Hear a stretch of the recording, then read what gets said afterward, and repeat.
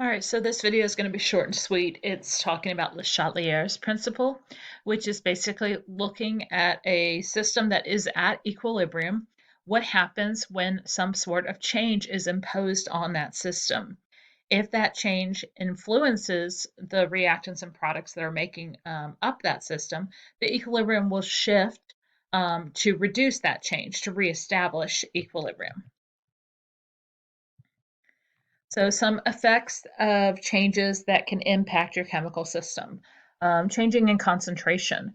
It could be adding one of the components that provides a source of your reactants or your products, or it could be something that removes one of your reactants or products, or the amounts of those. If you're adding towards one of them, you'll shift away from that added component. If you're adding something that removes one of the components, you shift towards that. If the component that's being added is not a part of your equilibrium expression, then there won't be any change. Temperature will cause a shift in your equilibrium. It can also cause a shift in your equilibrium constant.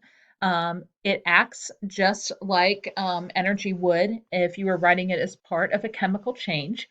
If it is an endothermic change, energy is acting like a reactant, and if it's exothermic, it's acting like a product.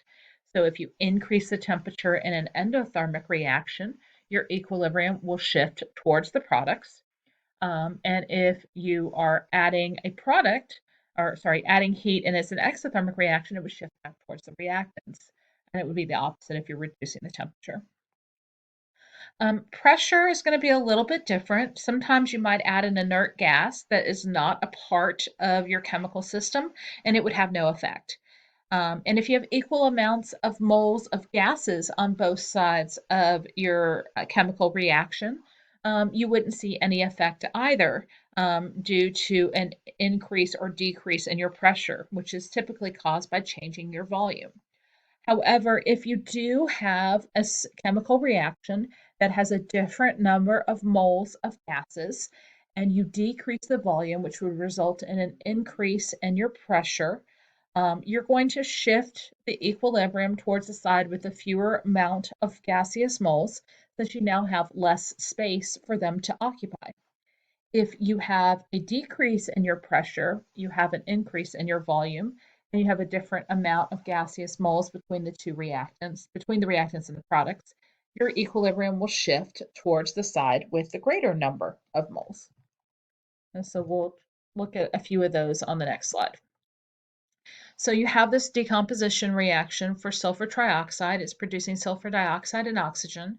This is an endothermic reaction. Plus 197 kilojoules is your enthalpy for the reaction. And so if oxygen gas is added, oxygen is a product in this equilibrium system, or sorry, in this chemical system. So by increasing the amount of oxygen, you are causing the products to become greater, and you would need to shift your equilibrium to the left to balance out that increase in a product quantity. If you decrease the volume, which will result in an increase in your pressure, we need to look at the moles of gases that we have. All of our reactants and products are gases. We have 2 moles of reactants and we have 3 moles of gases.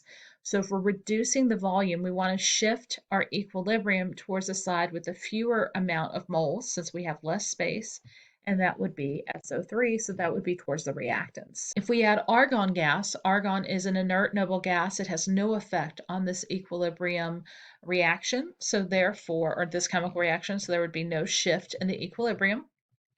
If you reduce the temperature, you're reducing what's acting as a reactant, which means your equilibrium is going to shift towards that side that has now decreased, and that would mean that it too would shift to the left. Pretty sure I'm going to give you at least one that's going to shift to the right. And here we go. We're removing sulfur dioxide. Sulfur dioxide is a product, so you're decreasing the amount of sulfur dioxide that's present.